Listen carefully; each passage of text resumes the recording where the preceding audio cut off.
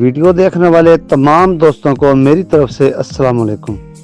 دوستوں، آج ہم آپ کو ایک ایسے ملک کی سیر کروائیں گے جو اپنے قدیم تاریخ، شاندار ثقافت اور حیرت انگیز سندر حسن کی وجہ سے پوری دنیا میں مشہور ہے۔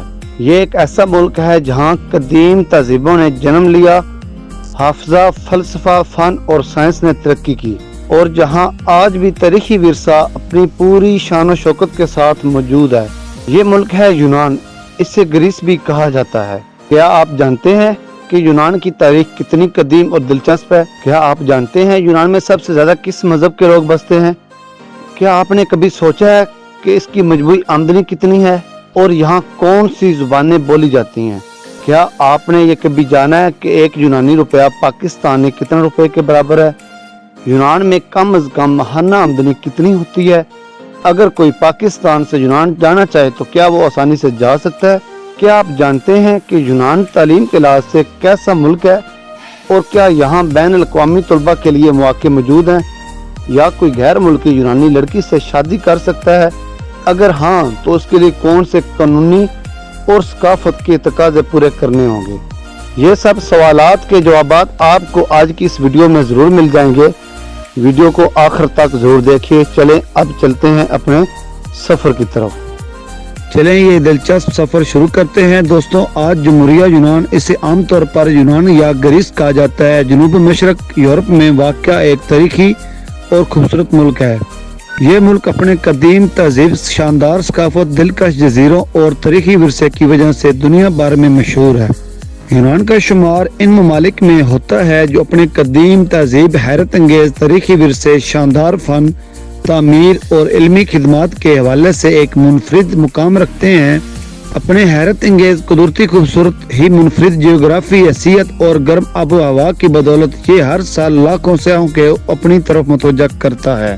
یونان کی تاریخ ہزاروں سال پرانی اور انتہائی دلچسپ ہے۔ یہ وہی سرزمین ہے جہاں قدیم یونانی تہذیب نے جنم لیا، فلسفہ، سائنس، فن تعمیر اور سیاست میں بے پناہ ترقی کی علامت رہی ہے۔ گریس، جس کا آفیشیل نام ہیلینک ریپبلک ہے، اردو میں سے یونان کے لفظ سے پکارا جاتا ہے۔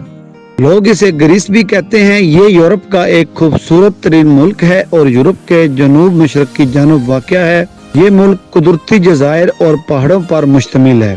یہ سرزمین ہسٹری اور خوبصورتی کا شاہکار مانی جاتی ہے۔ محترم ناظرین، یہ وہی ملک ہے جہاں لوگ ترکی کے راستے سے غیر قانونی طور پر اس ملک میں داخل ہوتے ہیں۔ گریس دراصل یورپ ہے۔ جن لوگوں نے اس ملک سے آگے دوسرے یورپی ملک میں جانا ہوتا ہے وہ یونان سے ہی آگے جاتے ہیں۔ یونان کا کل رقبہ 1,31,957 مربع کلومیٹر پر محیط ہے۔ یونان کی سرزمین شمال مغرب میں البانیہ، شمال میں مقدونیہ اور بلغاریہ اور مشرق میں ترکی سے ملتی ہے۔ مشرق میں بحیرہ ایجیبین، مغرب میں بحیرہ یونین، جنوب میں بحیرہ کریٹ اور بحیرہ روم واقع ہے۔ اس ملک کی سب سے طویل ترین ساحلی پٹی بحیرہ روم سے لگتی ہے۔ یہ ملک مغربی تہذیب کا گہوارہ مانا جاتا ہے۔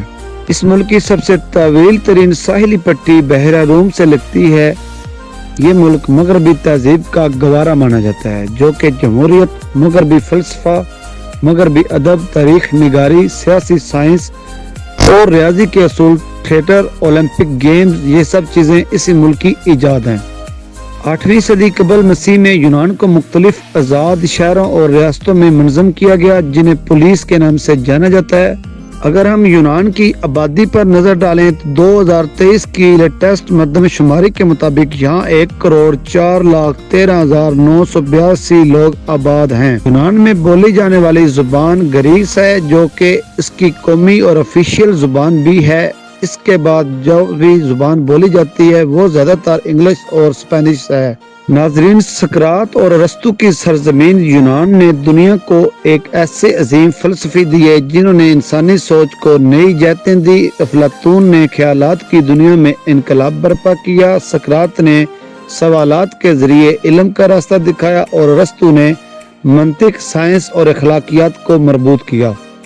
دنیا میں پہلی بار عوامی حکمرانی کا نظام جمہوریت یونان بی کے شہر ایتھنز میں متعارف ہوا۔ شہریوں کو ووٹ دینے اور فیصلوں میں شریک ہونے کا حق دیا گیا، جو کہ ایک انقلابی قدم تھا۔